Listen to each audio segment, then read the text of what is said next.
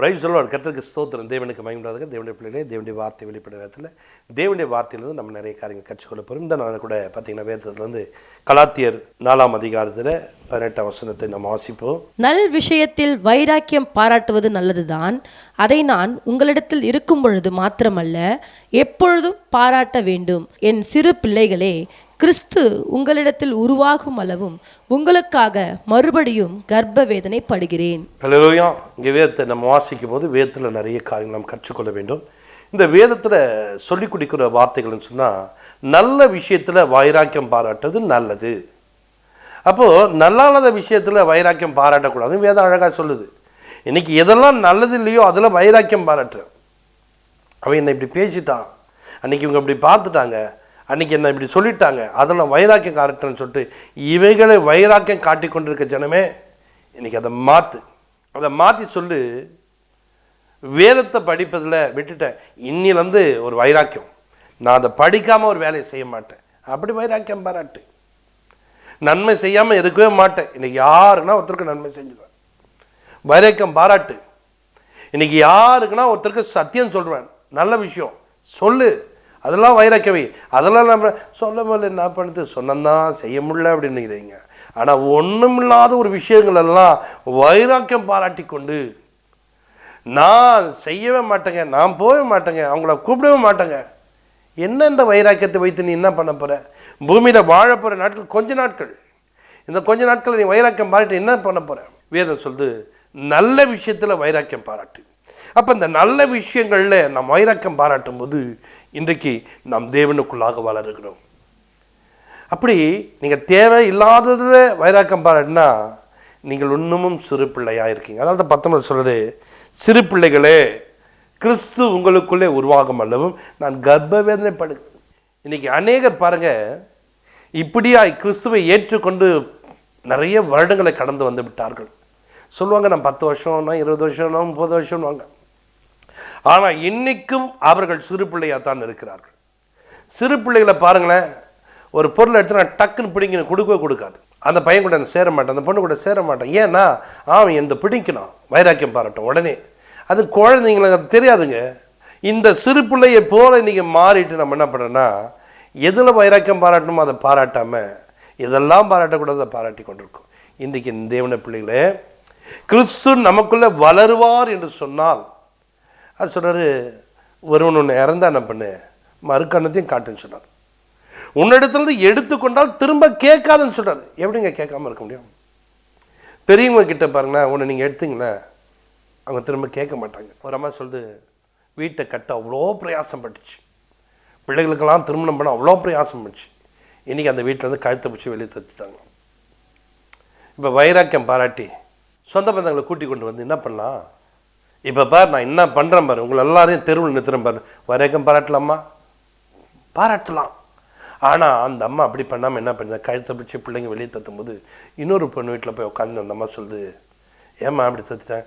இல்லையா, அவங்க என்னை தத்துட்டாங்கய்யா, என்ன இல்லாமல் பண்ணிட்டாங்கய்யா, அது அவங்களுடைய வீடு, அது அவங்க கட்டினது, அது அவங்களுடைய காரியங்கள். ஆனாலும் அவர்கள் தருத்தும் போது அதை விட்டு கொடுத்து விட்டு போகிறார்கள். அதுதான் பெரியவர்கள், அதுதான் பெரியவருக்குரிய காரியங்கள். நீ கிறிஸ்துவுக்குள்ள வளரன்னு சொன்னா, கிறிஸ்து உனக்குள்ள வளரன்னா, இப்படியாப்பட்ட வைராக்கியமான காரியங்களை விட்டு நீ என்ன பண்ண தெரியுமா, தேவன் சொன்ன மாதிரி விட்டு கொடுத்து போக கற்றுக்கொள்வாய். இன்னைக்கு நிறைய பேரெல்லாம் விட்டு கொடுத்து போக முடியாத ஒரு சூழ்நிலை. விட்டு கொடு, நான் ஏங்க விட்டு கொடுக்கணும்? அவன் யாருங்க? அவன் என்ன இப்படி பண்ணிட்டு போவான், எப்படிங்க நான் விடுத்து? அதுதாங்க, கிறிஸ்து வளரல, சபைக்கு போயிருக்கிற, சபையில் உட்காந்துருக்கிற, வருடங்கள் போயிடுச்சு, நாட்கள் போயிடுச்சு, நான் கிறிஸ்து வளரல. கிறிஸ்து வளரும் வரைக்கும் நான் என்ன பண்ணுறேன், கர்ப்ப வேதனை படுகிறேன் என்று சொல்கிறான். கிறிஸ்து வளர்ந்தால்தான் நீ வளருவே. கிறிஸ்து வளர்ந்தால்தான் உன் வாழ்க்கை செழிப்பாக இருக்கும். கிறிஸ்து வளர்ந்தால்தான் உன் வாழ்க்கையில் ஒரு உயர்வு உண்டாகும். கிறிஸ்து வளர வரைக்கும் நீங்கள் என்ன பண்ண தெரியுமா, நிறைய காரியங்களை மாற்றிக்கொண்டு தேவனுடைய பிள்ளைகள் தாழ்மை தடுத்து கொண்டு தேவனுக்கு பிரியமாய் வாழ வேண்டும். இன்றைக்கி நிறைய நேரங்களில் அப்படி நடக்காதபடிக்கு, அப்படி வாழாதபடிக்கு என்ன பண்ணுறோம், நம்ம இஷ்டம் போன போக்கில் வாழுறோம். நாம் இன்னும் சிறு பிள்ளை தான். சபையில் ஒரு சின்ன காரியங்கள் நடக்கட்டுமே, சபையில் ஒரு சின்ன விஷயம் நடக்கட்டும், உடனே பாருங்கள் ஒரு மூஞ்சி தூக்கி வச்சுக்கிது, ஏன்னா அவங்க அப்படி சொல்லிட்டாங்க, அதனால தான் பார்த்தீங்கன்னா யாருக்குன்னா சிறு பிள்ளைகளை பாருங்கள், ஒரு சின்ன விஷயம். நம்ம சர்ச்சில் ஒரு பொண்ணு, குட்டி பொண்ணு இருக்குது. அந்த குட்டி பொண்ணுக்கு என்ன ஒரு 3 வயசு தான் இருக்கும். அந்த பொண்ணுடைய தங்கச்சி ஒன்றுக்கு அந்த பொண்ணு பேரை சொல்லி 2 டைம் நான் கூப்பிட்டேன்னு சொன்னால் இது மூஞ்சி வேறு மாதிரி பார்க்கும், உடனே கோவப்படும். தப்புன்னு வந்து என்ன பண்ணோம், அடிச்சுட்டு போவோம். இல்லைன்னு வச்சுங்க ஏதாவது காரியம். அப்போ அந்த குட்டி பிள்ளைங்கன்னா என்ன கூப்பிடாமல் அதை கூப்பிட்றாங்களே, அவங்க தங்கச்சி தான், அவங்க குழந்தை தான், ஆனால் அதுக்கு என்னென்னா எனக்கு ஒரு முக்கியத்துவம் கொடுக்கவில்லை என்று. இதுதான் சிறு பிள்ளையுடைய காரியங்கள். இந்த சிறு பிள்ளையை போல நீங்கள் இன்றைக்கி வாழ்ந்து கொண்டு இருக்கிறீங்க. எதில் வளர்க்க வைக்கிறீங்க. சபையில் பாருங்க, என்னை எப்படி சொல்லிட்டாங்க, என்னை கூப்பிடல, அவரை கூப்பிட்டாரு. எனக்கு முக்கியத்துவம் இல்லை, இவருக்கு முக்கியத்துவம் கொடுக்குறாரு. எனக்கு இல்லை. எங்க கிறிஸ்து வளர்ந்தாருன்னு சொன்னால் நீங்கள் அப்படி நடக்க மாட்டீங்க. யார் முக்கியத்துவம் கூப்பிட்டாருன்னாங்க, அவரும் தேவனுடைய பிள்ளைங்க தாங்க, அவரும் தானங்க எல்லாம் செய்யக்கூடியவர் அப்படின்னு சொல்லிட்டு ஒவ்வொரு நாளும் விட்டு கொடுத்து போகக்கூடிய காரியம். இந்த கலாத்தேர் பட்டணத்தில் உள்ள மக்களுக்கு அப்படியாப்பட்ட காரியங்கள் இல்லாமல் போகிறது. நீங்க 3ஆம் அதிகாரத்தில் 3ஆம் வசனத்தை வாசிக்கும் போது பாருங்க, அங்க வேதம் அழகா சொல்லுது, ஆவியினாலே ஆரம்பம் பண்ண நீங்கள் இப்பொழுது மாம்சத்தினாலே முடிவு பெற போகிறீர்களோ, நீங்கள் இத்தனை புத்தியினரா? ஆவியினாலே ஆரம்பம் பண்ணின நீங்கள் இப்ப மாம்சத்துல முடிவு பெற போறாங்களாம். இத்தனை புத்தியினரா, முட்டாளா நீ? அப்ப ஆவியில ஆரம்பம் பண்ணவன் இப்ப எதுல முடிக்கிறான்? மாம்சத்துல முடிக்கிறான். இவன் எங்க போய் சேருவான்? நரகத்துக்கு தான் போகணும். இப்படித்தான் இன்றைக்கு அநேக கிறிஸ்தவருடைய வாழ்க்கை மாறுகிறது. அன்றைக்கு ஆவியிலே நீ ஆரம்பம் பண்ணின நீ என்ன பண்ணியிருக்க தெரியுமா? தேவனுக்கு உகந்தவைகளை தேடினாய், தேவனுக்கு பிரியமானது செய்தாய், தேவன் எதை விரும்பாத செய்து கொடுத்தாய். ஆனா இன்னைக்கு நீ யாரை மாறிட்ட தெரியுமா? இன்னைக்கு மாம்சத்துல முடிவு எடுக்கிற, மாம்சத்துல வாழுற. என்ன இப்படியெல்லாம் பார்க்குறாங்க, என்ன இப்படி உட்கார வச்சுட்டாங்க, என்ன இப்படி நிற்க வச்ச, என்ன நினைப்போங்க? தாழ்மை தத்துக்கொள்ளுங்க. இந்த தாழ்மை தான் என்ன தெரியுமா?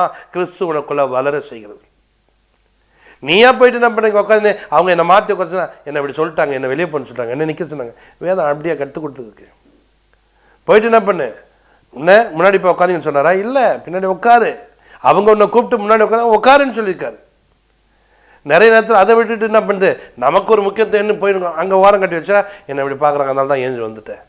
இப்படியெல்லாம் நீங்கள் இருக்கக்கூடாது, இப்படியெல்லாம் நீங்கள் நடக்கக்கூடாது.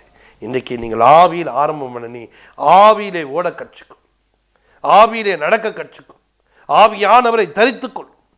ஆவியிலே உன் வாழ்க்கை வாழ்வதற்கு நீ பிரயாசப்பட வேண்டும்.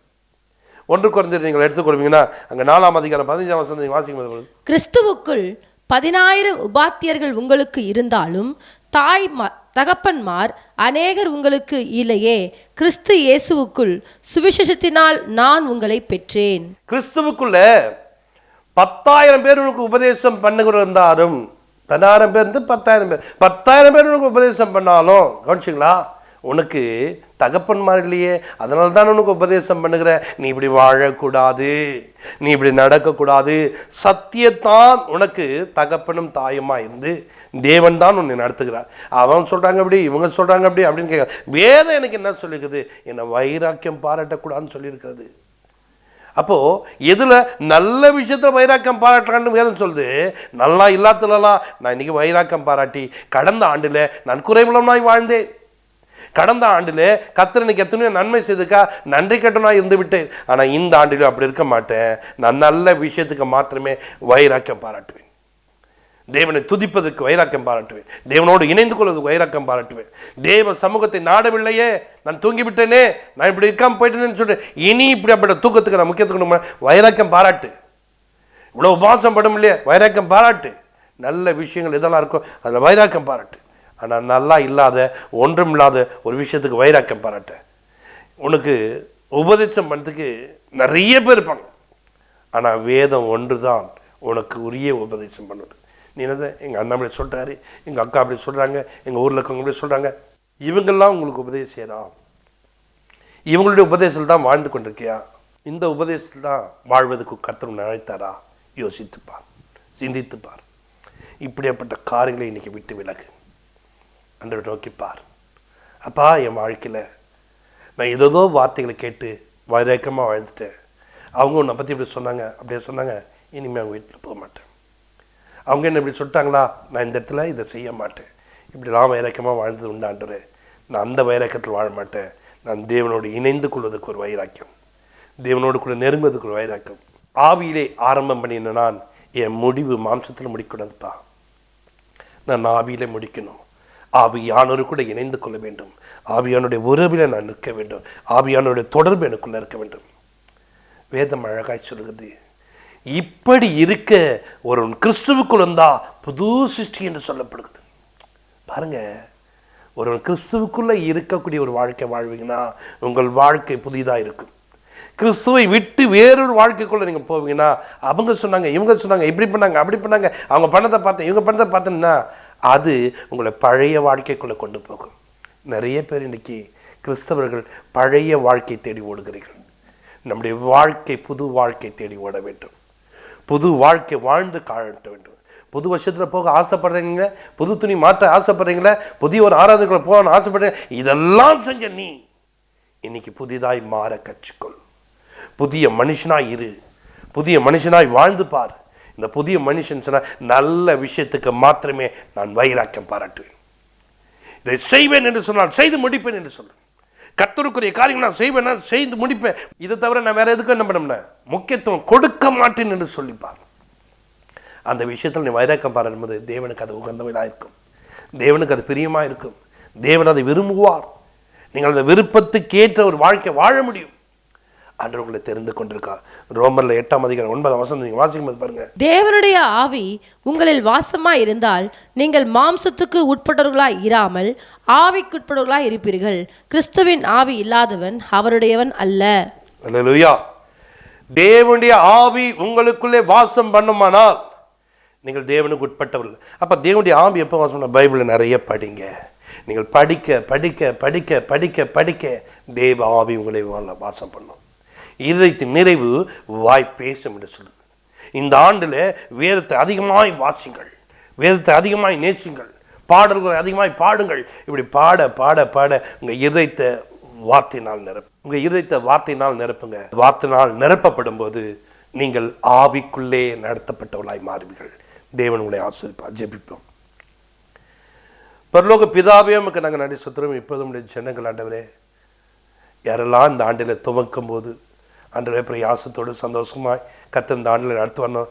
இவர்கள் தேவையில்லாத காரியங்கள்லாம் வைராக்கியம் பாராட்டுறதுபடிக்கு நல்ல விஷயங்களை வைராக்கியம் பாராட்ட கிருபை தாரும். ஆவியிலே நடத்தப்பட்ட ஜனமாக இருக்கட்டும். ஆவியில் ஆரம்பம் பண்ணி முடிவிலே மாம்சத்துக்குள்ளே முடிக்காதபடிக்கு ஆண்டவரே இவர்கள் ஒவ்வொரு ஆவியிலே பலப்பட்டுள்ளார். ஆவியிலே ஆண்டவர் ஒவ்வொரு நாள் நடக்கூடியவர்களா தேவ ஆவி இவர்களை தங்கும்படிக்கு ஒவ்வொரு கர்த்தர் நடத்தி சந்திங்க. தேவையில்லாவற்றை சந்திங்க. நெருக்கத்தை மாற்றுங்க. கண்ணை தொடங்க. ஏசு கிறிஸ்துவ ஜபத்திற்கு நல்ல பிதாவே. ஆமென். God bless you.